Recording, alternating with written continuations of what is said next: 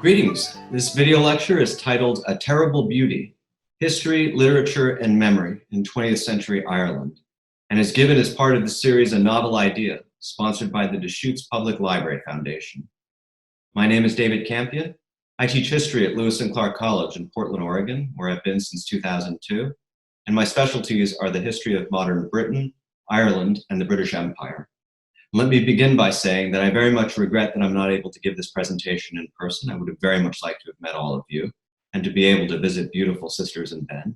That's going to have to wait for another occasion. I also want to apologize for the sound quality of this recording. I'm making the recording inside my home, and also for not looking directly into the camera for most of this lecture. I'm actually reading from notes on a laptop computer that is just to the left of the desktop that I'm using to record the lecture. Also a note about the background. Behind me is a photograph that I took almost 20 years ago in West Cork, all the way in the very southwest of Ireland. It was at a family get-together that I went to in 2001. And it gives a good image of the Irish countryside and is close to Bantry, which is a place that's actually going to feature in the content of the lecture. The novel for this year's series is When All Is Said by Anne Griffin, published in 2019 to excellent reviews. And the protagonist of the story is Maurice Hannigan. And the entire story revolves around an evening that he spends in a hotel bar drinking and holding conversations with and proposing toasts to 5 people, 4 of them deceased and 1 emigrated. The first of these is his brother Tony, who died at a very early age. The second is his daughter Molly, who was stillborn. The third is his sister-in-law, Noreen, a developmentally disabled woman who plays a major role in the plot. The fourth, his son, Kevin, who emigrated to the United States to become a journalist. And the fifth is his wife of many years, Sadie, who died just 2 years prior. And when I finished reading this novel, I was reminded of a quotation by the great Irish-American playwright, Eugene O'Neill. He said, quote, "There is no present or future in Ireland, only the past happening over and over again." And so, if there's one country in the world, more so than Ireland, in which its poets and playwrights are also its rebels and statesmen, and its politicians and prisoners, I couldn't tell you which country that is. It seems like in Ireland, history and literature and politics and memory overlap so much that you really can't tell when one begins and the other ends.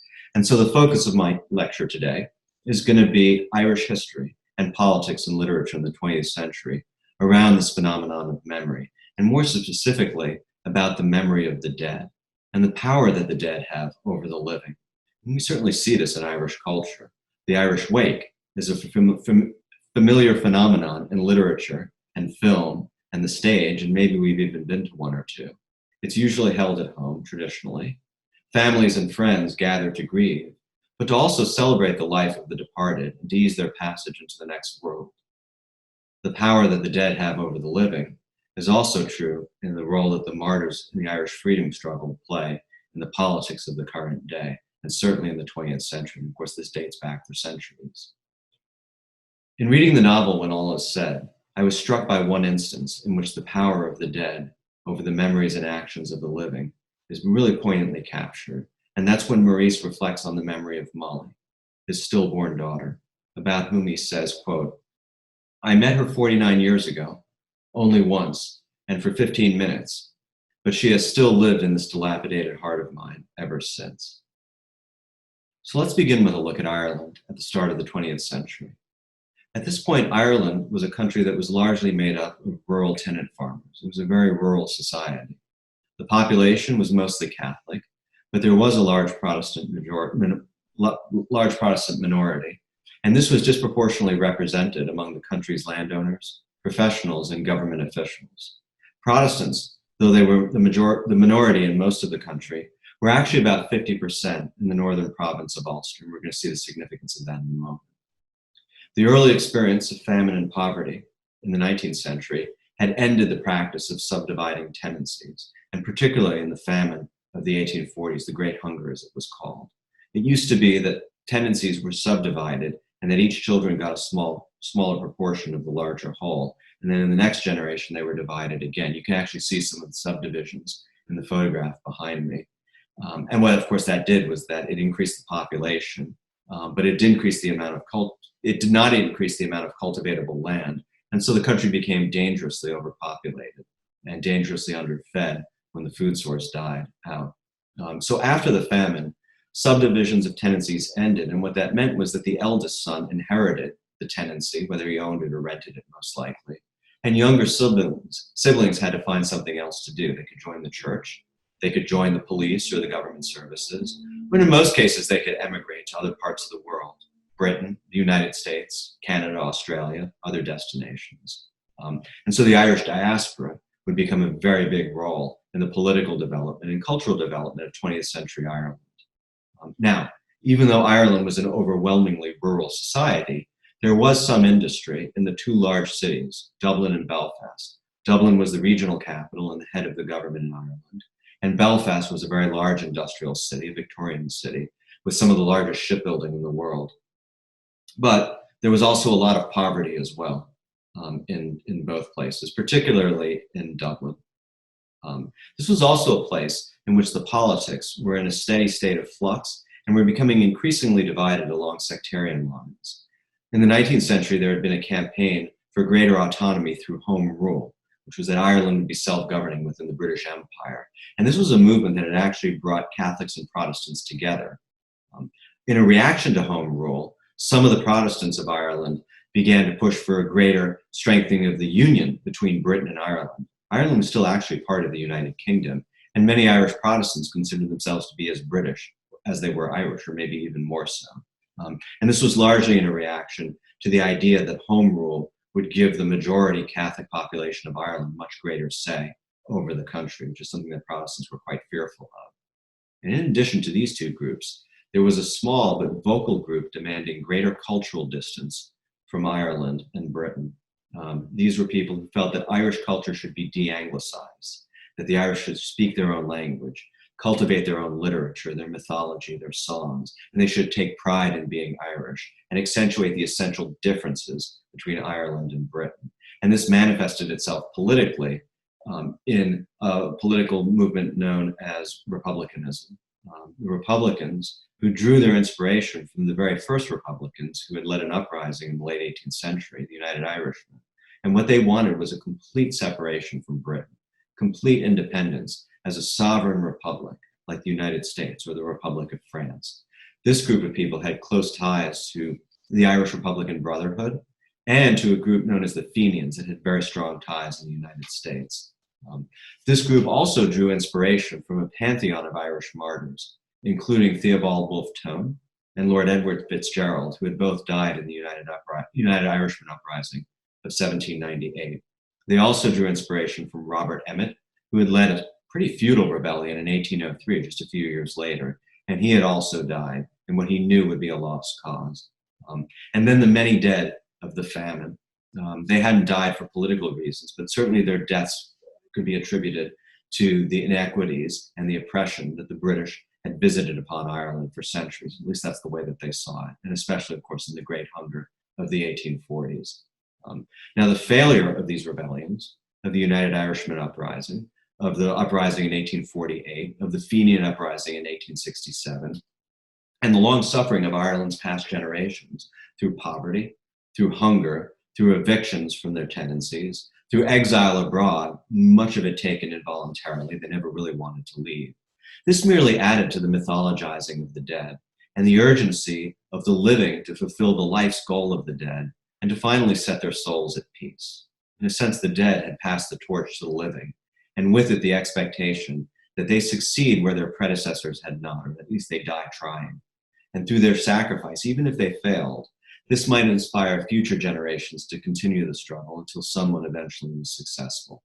And this trope, this idea, was captured very well in a play that was first performed in Dublin in April of 1902. It was called Cathleen and Houlihan, and it was written by William Butler Yeats, the great poet of Ireland, and by his friend Lady Gregory. And so we have here an image of William Butler Yeats. The play Cathleen and Houlihan takes place during the 1798 United Irishman Uprising, and it's set very far in the southwest of Ireland. not far from where this photograph behind me was taken. In the play, a mysterious old woman mourning the loss of her 4 fields visits the home of a prosperous farming family in the Southwest, and she lures the adult son, Michael, away to fight for the rebellion and presumably to sacrifice his life on the eve of his wedding. So this is someone who has a lot to lose. He's a very prosperous person. He's about to get married and start a family. His life is definitely heading in a new direction. And the woman lures him away. Now the woman, Cathleen Houlihan, is clearly an archetype of Ireland itself. And the 4 fields that she talks about that have been taken away from her are the 4 historic provinces of Ireland. So we have Mother Ireland summoning her sons, Michael in particular, to go and fight for her honor and for the recovery of her land, for the expulsion of the usurpers.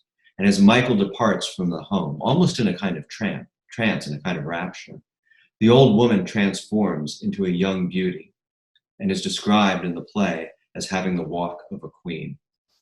This is from the script of the play, and it's a line recited by the old woman. "It is a hard service they take that help me. Many that are red-cheeked now will be pale-cheeked. Many that have been free to walk the hills and the bogs and the rushes will be sent to walk hard streets in far countries. Many a child will be born, and there will be no father at its christening to give it a name. They that have red cheeks will have pale cheeks for my sake. And for all that, they will think they are well paid. They shall be remembered forever. They shall be alive forever. They shall be speaking forever. The people shall hear them forever." When the play was performed, it was a sensation. It really riled up the crowd. And one of the reasons was not just the power of the words being recited on the stage, but also because the role of Cathleen was played by the actress and Irish nationalist Maud Gonne. There she is. She was Yeats's muse, and she was also his unrequited love interest. It's said that she turned down at least 4 marriage proposals from him.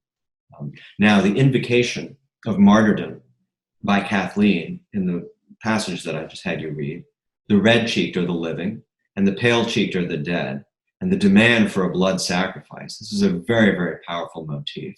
About it, what really must be said, Yeats later expressed some ambivalence. So in some ways, he had actually stoked these fires of nationalism, and of course, when they led to violence later, he had paused to reconsider about that. So he always was in awe of what he was describing himself, certainly not somebody who would have stepped up to do it. Now, this was a play that was performed in Dublin in 1902, very beginning of the 20th century. And at the beginning of the new century, Dublin was a city that was in turmoil. There was rising labor unrest and persistent economic inequality, including grinding poverty alongside great wealth. So if you'd been in Dublin, you could have walked along the row houses, some very upscale neighborhoods where the wealthy and the middle class lived. And only a few miles away, especially in North Dublin, you would have seen slums that had some of the poorest people in all of Europe. In the city, Irish politics was also torn among the home rulers who wanted parliamentary methods of achieving greater autonomy and who were on the cusp of making it happen. The Unionists, of course, who were resisting it at all costs and saying that they might even resist it with armed force if necessary. And then you had the Irish cultural nationalists, who I described earlier. These were members of the Gaelic League, which was an association that promoted the Irish language and Irish culture and Irish traditions and Irish dancing and Irish songs. You had the Gaelic Athletic Association, which promoted Irish sports, particularly Irish hurling and Irish football, trying to wean people away from the imported English sports. Of course, sports being a very important part of building community and maybe even a sense of nationhood and distinctive nationality. And then you had the Republicans, who were now represented by a new political party that had been founded in 1905. This was Sinn Féin, still around today. They just won a major electoral victory a few months ago. Sinn Féin in Irish means ourselves alone. They wanted a republic. When they were founded as a political party, they really were very much on the fringe. But they were extremely committed, and they had deep ties to Irish people, not just around the country, but to other places outside, particularly in the United States. And this brings us now to the third person that I want to mention after William Butler Yeats and Maud Gonne. And that's this person, Patrick Pearse, or Pádraig Pearse in Irish. Pearse was a lawyer by training. He was also a school headmaster. He had founded St. Enda's School in Dublin, which was a school that was based on not only the Irish Catholic religion, but traditional Irish culture as well, an Irish education. And he was also an accomplished poet and a devout Roman Catholic. He was a cultural nationalist. He was an uncompromising champion of Irish republicanism. And it must be said that he had a romantic, almost mystical veneration of Ireland's martyred patriots. And you certainly see this in the graveside oration that he gave for the great Fenian hero, Jeremiah O'Donovan Rossa, who died in August of 1914, or in August of 1915, rather. And the funeral oration was given in August. And here's a photo of the oration. Pierce is down here in the uniform. And in his oration, this is what Pierce had to say. Life springs from death, and from the graves of patriot men and women spring living nations. The defenders of this realm have worked well in secret and in the open. They think that they have pacified Ireland. They think that they have purchased half of us and intimidated the other half. They think that they have foreseen everything, think that they have provided against everything. But the fools, the fools, the fools, they have left us our Fenian dead. And while Ireland holds these graves, Ireland, unfree, shall never be at peace. By the time Pierce gave this oration in 1915, Europe was in the midst of the First World War.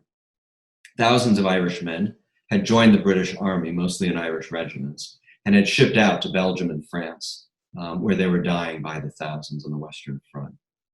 Now, this included a lot of Irish nationalists who had joined the army. You wonder why they would join the British Army. They did it primarily for economic reasons. Ireland was in a very bad way economically. There were a lot of unemployed Irishmen, and army service was, if nothing else, a steady paycheck that could be sent back home to families that needed it. And then some of them also were actually fighting for Ireland themselves. They were in the war, but of course, Britain had guaranteed Ireland home rule. Irish home rule had actually passed in the year before the war had started. So they expected that the British government would make good. So that was one of the reasons why they were fighting in this cause. Meanwhile, Patrick Pearse and some of the Irish nationalists who refused to join the war or to support it in any way, members of the Irish Republican Brotherhood and another organization, a militia known as the Irish Volunteers and another known as the Irish Citizens Army, they met secretly and they waited for the right moment to strike. The uprising that Pearse envisioned wasn't really planned to achieve an immediate military victory. In fact, there was no real expectation of military success. Instead, Pearse's rebellion would be that much-needed blood sacrifice that we saw in Cathleen v. Houlihan. And this is something that would redeem Irish nationalism and purge the Irish people of their apathy, of their compromise, and of the Britishness of home rule parliamentary politics, which Pearse absolutely despised. Ideally, the fallen rebels would become martyrs, like the crucified Christ at Calvary, who would redeem their nation, their salvation, and would inspire others to lead Ireland to victory. And so from the sacrifice of these dead rebels, the Irish nation would rise up, like the risen Christ on Easter morning. The whole event was fused with overt symbolism. Pearse's rebellion was planned to take place on Easter Monday, April 24th, 1916. There were some leaders in the Irish Republican Brotherhood that actually wanted to call off the rebellion because a shipment of German weapons that were supposed to come in never arrived. But for Pearse, that really wasn't the point. What he wanted was the sacrifice, even for a lost cause. And on Monday morning, the rebellion went ahead. 1,500 rebels marched onto the streets of Dublin to take over key government buildings. Pearse and his rebels occupied the General Post Office on Sackville Street. It's now O'Connell Street. Still there, by the way, the post office. And on the steps of the post office, they issued their proclamation of the government of the Provisional Irish Republic. And here it is. That's an actual image of the copies of the papers that they handed out. The Provisional Government of the Irish Republic to the people of Ireland, Irishmen and Irish women, in the name of God and of the dead generations from which she receives her old tradition of nationhood, Ireland, through us, summons her children to her flag and strikes for her freedom.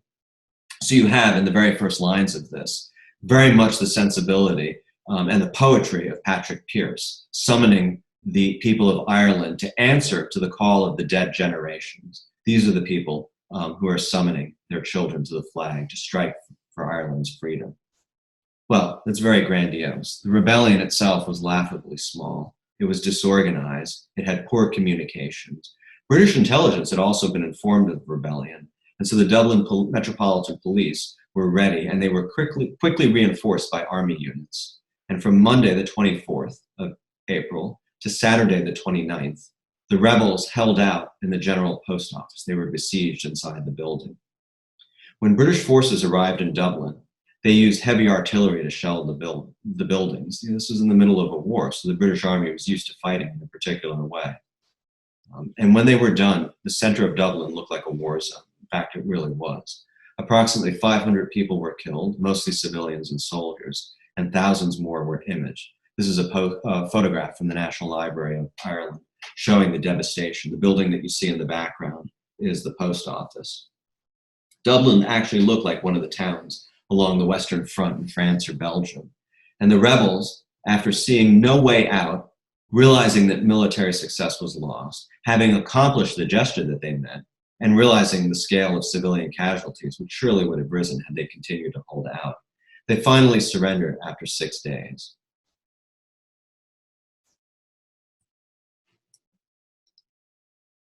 Moderate Irish nationalists condemned the rebellion, especially the fact that it took place in wartime, and the British thought this nothing less than treason, a stab in the back.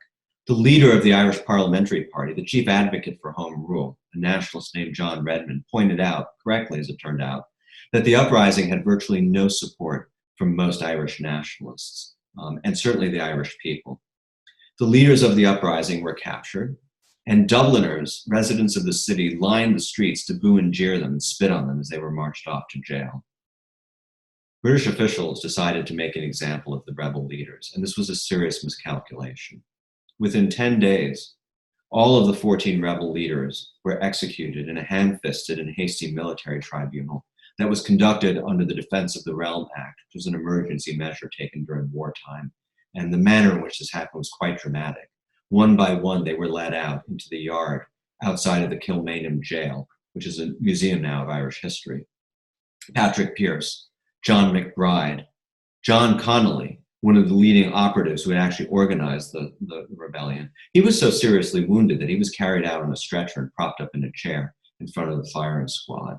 And what this did was it turned the leaders of the Easter Rising from pariahs, people who had been rejected at first, into martyrs and into heroes. And in the months afterwards, you began to see framed portraits of the leaders of the Easter Rising, almost like religious icons in the homes of Irish Catholics in particular. They were more popular in death than they were when they were alive.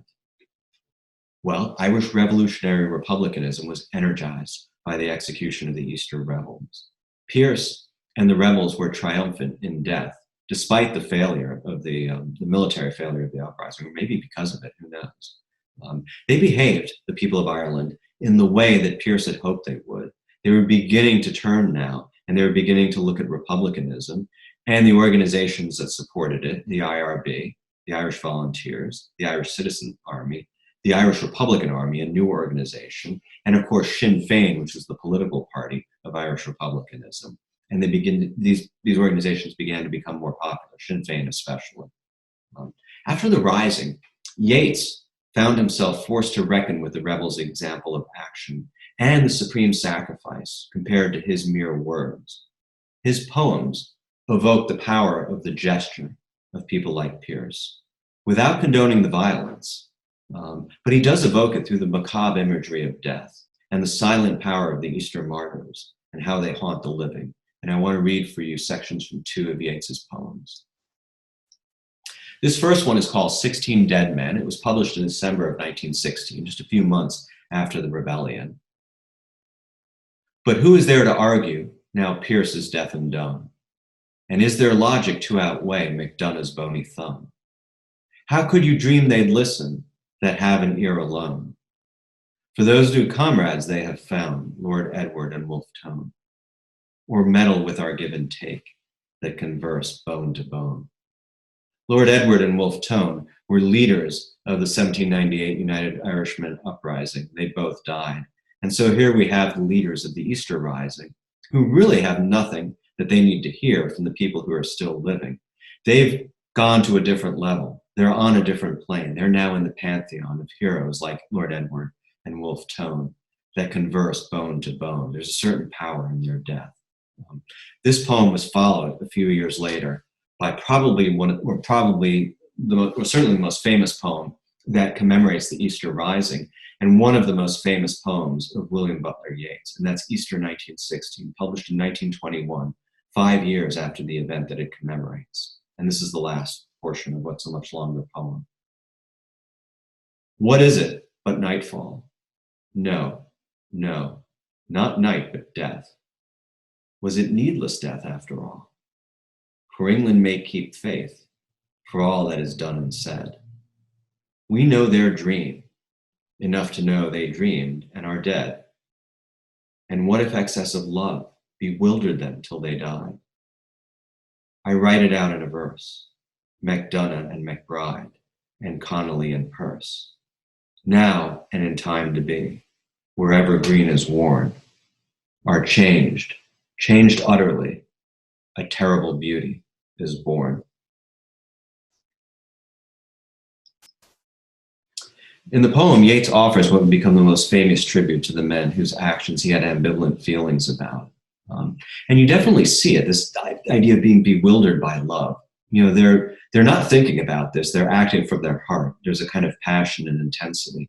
Yeats himself, of course, never participated in this, but he was still in awe of it, even as he never really could come to terms with the violence that surrounded it. He couldn't deny their supreme sacrifice. And on a more personal note, too, one of the names that he mentions, McBride, is John McBride, who was the man that married Maud Gonne, the woman that he had proposed to 4 times. So you can imagine giving that person a certain amount of respect, considering that most people considered McBride to be a man that was unworthy of Maud Gonne for any number of reasons. That must have been particularly difficult for Yeats. But Yeats managed to do that in this tribute to the Easter rebels.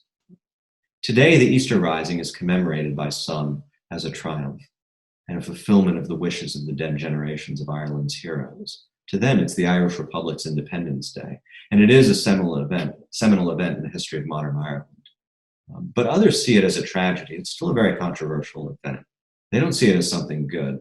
They see it as a violent and unnecessary turn of events that derailed home rule. This was a process of political devolution, at the time at least, was on track to happen, albeit it probably would have happened with some difficulty. And this would have ensured a peaceful transfer of self-government to Ireland. To them, this is an event that ignited a pattern of violence and division that scarred the country and poisoned its society for the rest of the century. And that's an important point too. That violence is a toxin, it's a poison, and when it's infused in a community, in a society, in a country, it's very, very hard to get it out.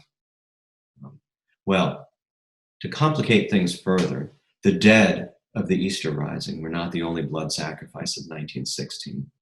The Easter Rising occurred in late April of 1916, and on the 1st of July, the Battle of the Somme began. The Battle of the Somme lasted for 6 months on the Western Front, and it actually was a series of battles. It was a major military campaign. Tens of thousands of Irish soldiers took part in this campaign, and the cost was staggering. Even today, the numbers are really hard to get your head around.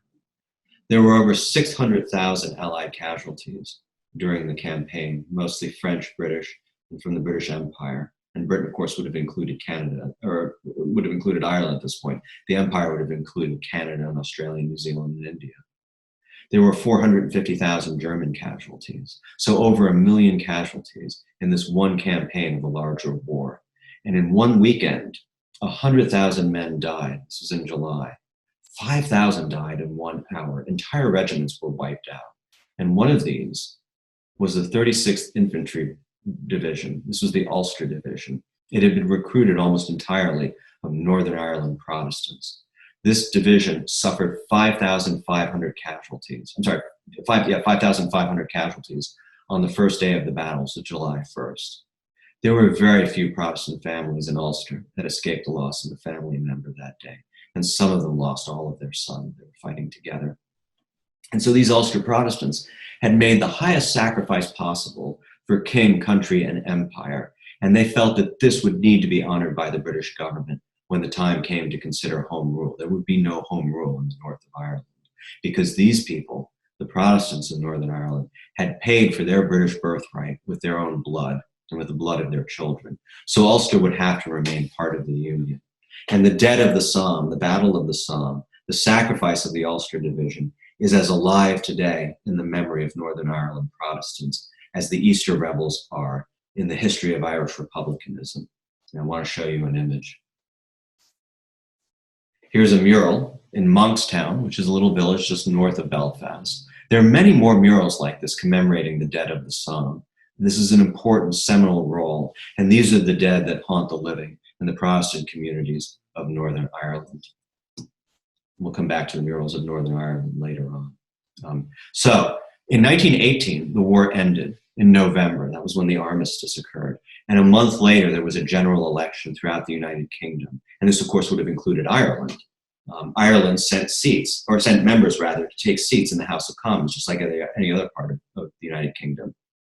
In the general election, which incidentally was the first one in which women were allowed to vote in Britain, Sinn Féin won a majority of the Irish seats in the House of Commons. This was a fringe party before 1916, and now they had moved to the center. Part of it had to do with the popularity of Irish republicanism and with the energy that had been generated by the Easter Rising in the hearts and in the minds of the Irish people.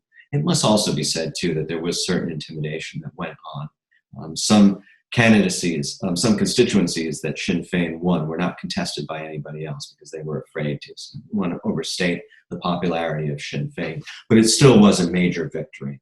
And Sinn Féin had campaigned not on taking their seats in the House of Commons and working within that established political organization to gain greater autonomy for Ireland. They weren't interested in that in the least. They weren't going to go to a foreign government and swear an oath of allegiance to a foreign ruler, a monarch no less. They had run on the campaign that if they won, they would secede, and that their victory in the election was a mandate for Ireland to remove itself from Britain. And they did that. They seceded and they formed their own secessionist parliament. They called it the Dáil Éireann. It's the beginning of the parliament that exists in Ireland today. The British government, of course, wasn't going to have any of this, and they sent troops to restore order and to dislodge the rebels. And this began what's called the Anglo-Irish War, or the Irish War of Independence from 1919 to 1921. And this was a classic insurgency. It was an extremely violent campaign. The IRA engaged in a typical insurgency campaign. They carried out bombings, assassinations, retaliation attacks for their own people who were killed. They tried to infiltrate the police and the government and intelligence. And the police responded in kind. The situation was getting out of control. The Dublin Metropolitan Police and the Royal Irish Constabulary, which was the Ireland-wide police force, it was a paramilitary force, they were augmented by police reserves, but that wasn't enough. So Britain sent demobilized soldiers from the Western Front. These are people who had lived in a world of violence and death for years fighting the Germans. They were brought to augment the police, and they were given police uniforms to mix with their army uniforms. And it was so chaotic that they kind of mixed and matched the uniforms, and that's where they got the name the Black and Tans. They would wear tan trousers and a black police tunic, or maybe a khaki tan police or army tunic and black police trousers. And the Black and Tan struck fear in the hearts of the Irish. They were extremely brutal. They were very unprofessional. They had never been trained for policing. You know, they fought in a war for years, and instead of going back home to their families, they were now going to deal with this crisis. They were not too happy. And the way that they dealt with the general Irish population worked to turn the population against them and against the government. This war went on for 1919 to 1920 and to 1921. There was no end in sight. The British were not able to defeat the IRA. And of course, the IRA were not going to be able to dislodge the British. And this could go on indefinitely. And so finally, in late 1921, a peace treaty was convened between the British government and the Provisional Government of the Irish Republic. They actually met together.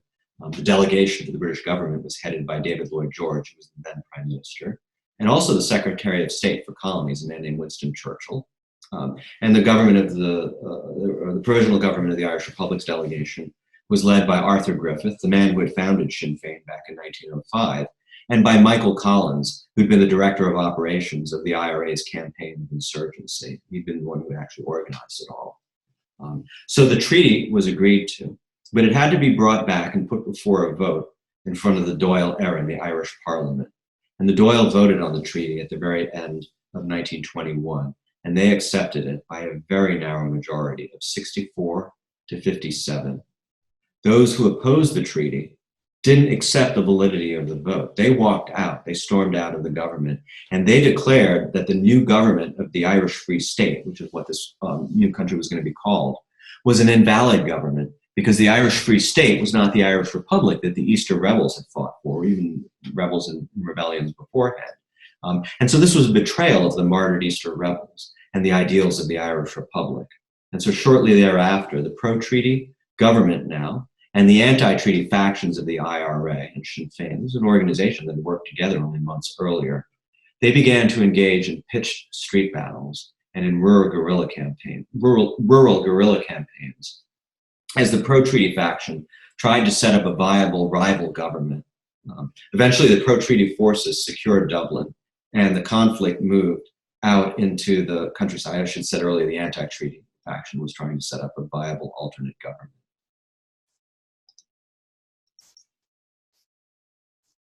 Here we have a photograph of anti-treaty IRA gunmen on patrol. It's a rather menacing photograph of these men in trench coats walking through the streets in full view. Much of the fighting occurred in the city, but when the pro-treaty forces secured Dublin, after a lot of destruction, key government buildings were destroyed. The fighting moved out into the countryside, primarily in Limerick, Cork, and Waterford. And in a series of fierce offensive campaigns, the Free State Army took control of these regions. The Free State government executed dozens of anti-treaty prisoners, and anti-treaty forces often engaged in raids and summary execution of Free State officials and Anglo-Irish landowners. A particularly tragic case was that of Kevin O'Higgins, who actually had to sign the death warrant of a man who had been the best man at his wedding. This was an extremely fratricidal struggle. Many IRA comrades who had fought together against the British in the Anglo-Irish War were now killed at each other's hands. And it's a fact about this, it's not often talked about in Irish history, is that more Irish Republicans were killed by each other in the Irish Civil War than had been killed by British security forces since Easter of 1916. And in May of 1923, the anti-treaty forces called off the campaign. And so the pro-treaty forces had emerged victorious, and the government of the Irish Free State was now a viable government. It could be built up. The Irish Free State now would be a free governing, or a self-governing entity within the British Empire. This is now a reality. But it was a Pyrrhic victory in a lot of ways. The cost was terrible, and it would scar the country for decades afterwards. The Irish Civil War divided the country and divided individual families. It literally was, in some cases, brother against brother and friend against friend. The civil wars can be extremely brutal, often because they're ideological wars, as much as anything else. And they brought violence to Ireland in a way that couldn't be imagined before, even during the Anglo-Irish War. The bitterness of the Civil War would take decades to subside. Even the most seemingly tranquil villages in the Irish Republic in the years after this harbored suppressed but not unforgotten memories about the divisions that had existed, which family had been on one side and which had been on the other. And they remembered people who had been killed too, people in the Free State government, and also not only anti-treaty Irish Republicans, but many of the Anglo-Irish landlord class, mostly Protestants, they'd been targeted as well. For decades, this conflict was not spoken about in Ireland. But the two main political parties today, the two mainstream political parties, Fine Gael and Fianna Fáil, they're outgrowths of this split over the treaty and the subsequent Civil War. In the years that passed, the Irish Free State eventually evolved into the Irish Republic. The Republic of Ireland was proclaimed in the 1940s, and most of the provisions of the treaty that linked Ireland to Britain were eliminated, except the partition of the North and the South. Northern Ireland is a province that had been created, that had been unified with Britain after the treaty had separated the Irish Free State from Britain. And so Ireland was a partitioned country. 26 of the counties of Ireland were in the Irish Free State, and 6 of the 9 counties of the historic province of Ulster, ones that had a Protestant majority or close to it, they remained part of the United Kingdom, but not in the way that they had before. They actually got their own government. They had their own prime minister and their own parliament. In many ways, they got the very kind of home rule government they were opposed to. Irish history is nothing if not ironic. And Northern Ireland was a problem from the very beginning. From the 1920s into the 1930s, into the 1940s, it was a divided state. You had a Protestant majority, about 2/3, and a Catholic minority of about 1/3 who were still British citizens because they were inside Britain. And the problems were getting worse and worse. The simmering discontent between Catholics and Protestants in Northern Ireland finally erupted into full-scale conflict in the late 1960s. From the outset, Northern Ireland was an avowedly Protestant state. Political gerrymandering in their legislative assembly, a place called Stormont, just outside of Belfast, had ensured that this 2/3 Protestant majority had upwards of an 80 to 85% majority of the seats in the legislature. It basically disempowered the minority completely because they couldn't get anything done. The Protestants also were the Catholic minority was also discriminated against in housing, in jobs. Protestants virtually monopolized the government and the police. And this made some Northern Ireland Catholics who were British citizens long for unification with the Republic of Ireland. But most Northern Ireland Catholics who were British citizens, they didn't necessarily want that. What they wanted was their civil rights as citizens of the United Kingdom to be respected by the government of Northern Ireland. It was a situation not unlike what African Americans were experiencing in the South during the Civil Rights Movement in the United States, which of course had been developing just a few years earlier. These were citizens of the United States who wanted their rights as American citizens to be upheld amid the state and local governments in their own localities that were not interested in doing that. And so Northern Ireland Catholics took their inspiration in the African American Civil Rights Movement in the United States. Protestants took a different view. They looked at the Civil Rights Movement as the first step in an attempt by the Irish Republic to absorb Northern Ireland into a united Ireland, which of course had long been the aspiration of both the pro-treaty forces and the anti-treaty forces, even if they disagreed on how to do that. So for Northern Ireland Protestants, this was an existential fight for their survival, both politically and culturally, in staying out of the Irish Republic. And Protestant mobs now began to attack civil rights protesters. They began to attack Catholic neighborhoods. They burned down entire blocks of homes. The unwillingness of the Northern Ireland police, they called the Royal Ulster Constabulary, to protect Irish Catholics led to a revival of the Irish Republican Army. This was a long dormant organization, but they came alive again, and they certainly had no shortage of volunteers.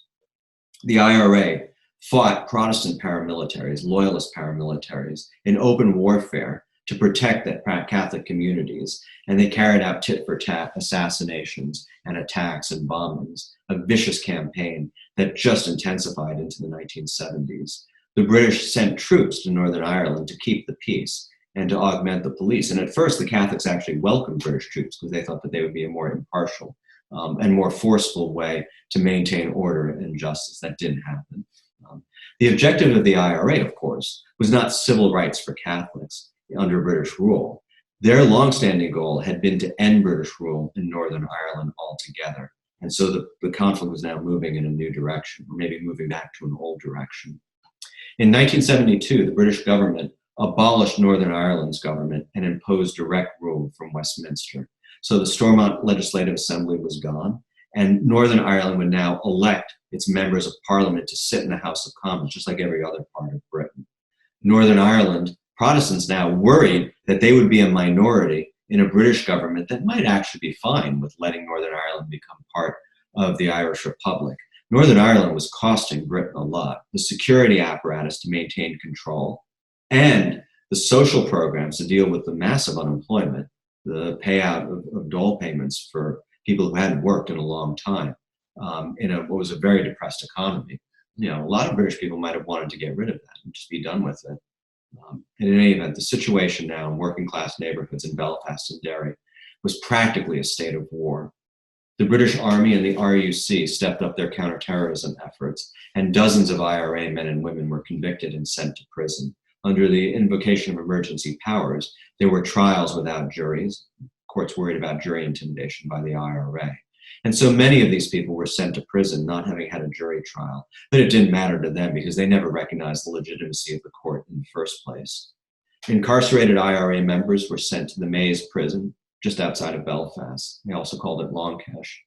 And when they were there, they demanded to be treated as prisoners of war rather than criminals, because they felt that they were not being imprisoned by a government that they recognized. And so they wanted the rights of prisoners of war, and that was to wear their own clothes, which the prison regime absolutely was not going to allow. And so when they had their clothes taken away, they wouldn't wear the uniforms, and so they wrapped themselves in blankets. It was the blanket protest. And when that didn't work, the prison warders wouldn't let these prisoners slop out their cells. So this became the dirty protest, filthy protest, and a real threat to the health and hygiene of the prisoners and of the prison itself. And then eventually this deteriorated into the ultimate step, and that was the hunger strike that began in 1981. And the first of the hunger strikers was Bobby Sands. There he is. Bobby Sands was a member of the Provisional IRA who was serving a 14-year sentence for possession of weapons that were used in a terror attack. And he was a very important political and literary voice of militant Irish nationalism. He was a poet of some renown, and he was also somewhat of a fatalist and a mystic. He had a very romantic and mystical view of death, very similar to Patrick Pearse in a lot of ways. And on March 1st, 1981, Bobby Sands became the first of several prisoners to begin the hunger strike. The hunger strike is a very powerful, if desperate, political weapon. It evoked the death, first of all, of the great hunger striker, Terence McSwiney, a Republican who was Lord Mayor of Cork, who had died on hunger strike in 1920 during the Anglo-Irish War. And more significantly, it drew upon the deep cultural memory of the many dead of the Great Hunger and all those who had died of starvation in Ireland's history. So it evoked the memory of those living skeletons that wandered aimlessly around the Irish countryside until they fell over dead. They died up by hundreds of thousands, upwards of 1 million. So to lay yourself down on the doorstep of your enemy and starve yourself to death as an act of protest is a very powerful resonance in Irish culture and Irish history. But the situation got even more dramatic than that. On March 1st, Sands had gone on hunger strike, and 4 days into his hunger strike, Frank Maguire, who was the independent Republican member of Parliament for Fermanagh, South Tyrone, one of the Northern Ireland constituencies in the House of Commons, died suddenly in office, and so there needed to be a by-election a month later in April. And it was decided that Bobby Sands would stand for the election. He would be a write-in candidate from prison. Now, obviously, he was disqualified as a candidate because he was a convicted criminal. He couldn't stand, but it didn't matter. If they wrote his name in, he would win the election as a write-in candidate, even if he couldn't take his seat. And the nationalist parties, the Social Democratic and Labour Party, Sinn Féin, they decided not to run candidates, to not split the nationalist vote. And it was a heavily nationalist constituency. So Bobby Sands ran from hunger strike in prison as the anti-H Bloc Armagh political prisoner candidate for the constituency. And when the votes were counted, and there was a record turnout, Bobby Sands was now the Right Honourable Bobby Sands, Member of Parliament for Fermanagh, South Tyrone. He was the youngest Member of Parliament in the House of Commons at the time. It's remarkable. So he was being elected to the House of Commons with more votes, incidentally, than the votes that had been cast for Margaret Thatcher in her constituency. She was the Prime Minister of Britain at the time. So he was actually, just about being moved to the prison infirmary, becoming weaker on hunger strike, right about the time that he was becoming an Irish MP. It was a major public relations victory for Sinn Féin and for the cause of the hunger strikers.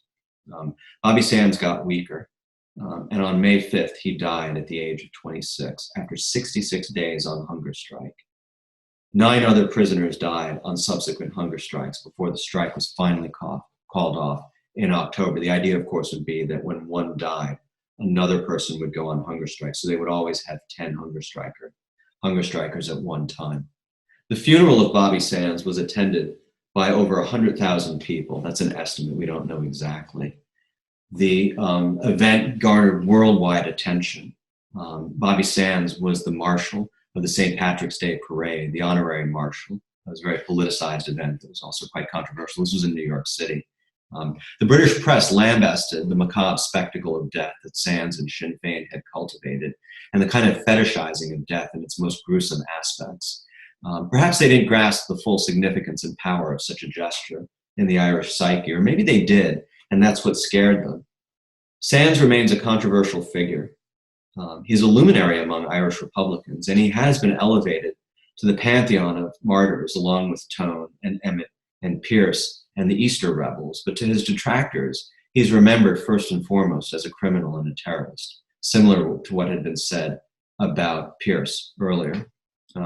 But the hunger strikes and the death of Bobby Sands gave Sinn Féin and the cause of militant republicanism in Northern Ireland such public attention that it actually gave them enough legitimacy to begin to move that movement toward negotiations with the British and into electoral politics, which is where they are now. But this wouldn't happen until much later, after many years of violence.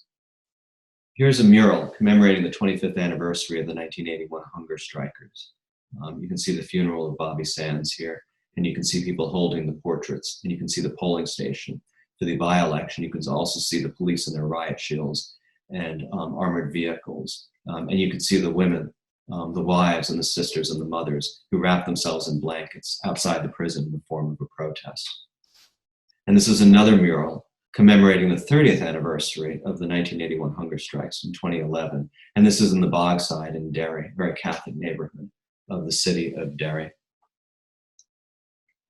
Despite a growing effort by the British and Irish governments to work toward a peaceful solution to the Northern Ireland problem, violence continued all the way into the 1990s. And by the end of the 20th century, the Troubles in Northern Ireland had claimed the lives of 3,300 people and wounded over 40,000 people. But in the mid-1990s, both sides signaled that they were ready to consider a political compromise, maybe a repeat of the treaty negotiations in the early 1920s, 1920 and 21. And in 1998, a peace agreement was reached in Northern Ireland, brokered by a US Senator, George Mitchell from Maine, that called for power sharing between the Unionist and Republican communities in Northern Ireland and the reconstituted legislature at Stormont. And with much difficulty and frequent setbacks, this arrangement has been a success. Its implementation has led to peace in Northern Ireland and has seen the barriers between the Irish Republic and Northern Ireland become more permeable over the years. Hasn't been a 100% success, but it has been largely a measure that's brought peace and prosperity to Northern Ireland that would have really been unimaginable in the bad times of the Troubles. But even today, the power of the dead over the living in Northern Ireland has not gone away. The exhumation of bodies of those who disappeared in the Troubles decades ago has occasionally led to the reopening of murder cases and the bringing to the surface, quite literally, of memories that are half forgotten but half remembered. In fact, the dead emerging from the earth to intrude upon the living is not an uncommon or recent phenomenon in Northern Ireland. It's captured quite well in the poem Punishment by Seamus Heaney, a Nobel laureate in literature and also a native from Northern Ireland. And I want to read you a section of it. I can feel the tug of the halter at the nape of her neck, the wind on her naked front. I can see her drowned body in the bog, the weighing stone and the floating rods and boughs.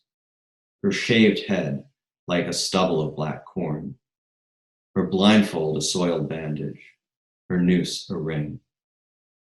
You were flaxen-haired, undernourished, and your tar-black face was beautiful, my poor scapegoat.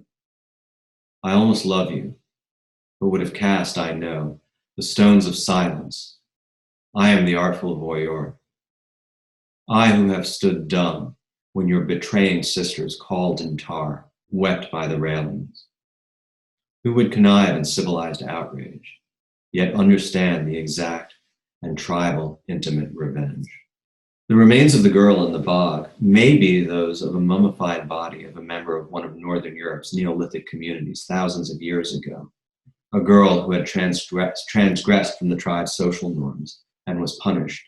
But it also evokes the punishment meted out by the IRA in the 1970s to Irish women in their own tribe who fraternized with British soldiers, and the sinister ambivalence of the origins of the dead body re-emerging is intentional. The dead physically emerging to haunt the living has not been limited to Northern Ireland as well. In 2014, the police in Tuam, which is a town in Galway, acting on the research of a local amateur historian, a woman named Catherine Corliss, uncovered the remains of dozens of infants and small children. They'd been buried in a mass grave by people in a home for unwed mothers and children that was run by an order of Catholic nuns from the 1920s all the way to the early 1960s, the Bon Secours nuns. They were authorized to provide social services by the Irish government. These women who were sent there, the unwed mothers, women who'd become pregnant without being married, and had brought scandal to their families in deeply conservative Catholic Irish society, were sent to these homes to give birth to their children in secret. Often the babies were taken from them and given up for adoption, sometimes to the United States. There are estimates that up to 800 children may have died in the home from poor health and hygiene, from systemic malnutrition, and that they're buried in mass graves, and those mass graves have been exhumed. When this story broke, it was a sensation in the Irish media, and it prompted expressions of outrage and shame from politicians and soul-searching among the people. And it also prompted an apology from the Irish Catholic Bishops' Conference, already reeling from a child sex abuse scandal going back for decades. In many ways today, Ireland in the north and the south is a vastly different place from what it was just a few decades ago. It's a country that would be unrecognizable even to those of the past generation or two. Indeed, the horrors of the Tuam mass grave discovery seems to be from another world, unfathomable to the younger generation of Irish men and women who have grown up in the past 20 or 30 or even 40 years, even as these events still haunt the memories of their parents and grandparents. The Ireland of the 21st century has seen, among other things, abortion made legal in December 2018. Need to get my dates straight. But this, of course, is remarkable given just how conservative and Catholic Ireland was a few generations ago, well up to the end of the 20th century. The Ireland of the 21st century has seen same-sex marriage made legal in the Irish Republic in November of 2015 and in Northern Ireland in January of this year, 2020. Immigration into Ireland, which is a phenomenon that's unusual. The history of Ireland has always been sending immigrants to other countries and reshaping the societies of those countries. But immigration into Ireland from Eastern Europe, from South Asia, from other parts of Europe, from sub-Saharan Africa, has made the Ireland today a genuinely multilingual, multicultural, and multiracial society that young people are much more comfortable with because they've grown up with it. And of course, Ireland has experienced record economic prosperity, largely through its membership in the European Union. They were a very backward economy for so long, and they've had some of the highest economic growth rates just in the past 20 years. Peace in Northern Ireland is something most people couldn't have imagined earlier. And an open border between the North and the South, although that might change now that Brexit is going to become a reality. Most recently, Sinn Féin's political victory in the Irish election of December 2019 owes to a new generation of politicians with little or no link to the Troubles, who campaigned on a platform of decreasing inequality in Irish society and increasing affordable housing. And this appealed to younger voters, who less than others perhaps were willing to discard the implicit connection of Sinn Féin and the violence of the Troubles and the tragic divisions of the past. The younger generation of the Irish, and some of the older ones too, seem to look more now to the future and are less bound by the darkness of the past, even as they face major challenges in their own time. And that's a good place, I think, for me to conclude this lecture and presentation about the history of 20th century Ireland and the reality of Ireland in the present day, which raises the broader question of the power that the dead have over the living, and what, if anything, the living owe to the dead. This is a question we've seen dealt with in this presentation by Patrick Pearse, William Butler Yeats, Bobby Sands, and Seamus Heaney.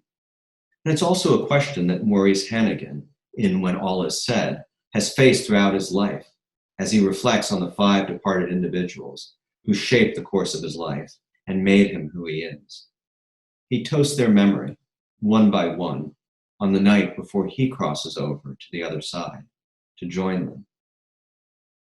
I began this presentation with a quotation from Eugene O'Neill. There is no present or future in Ireland, only the past, happening over and over again.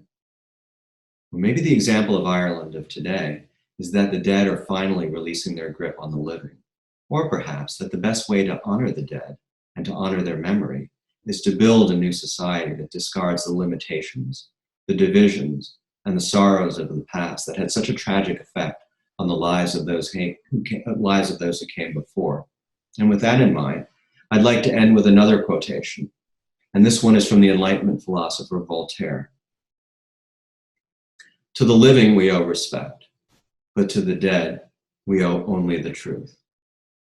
Thank you for your time and attention, and I wish you all the best.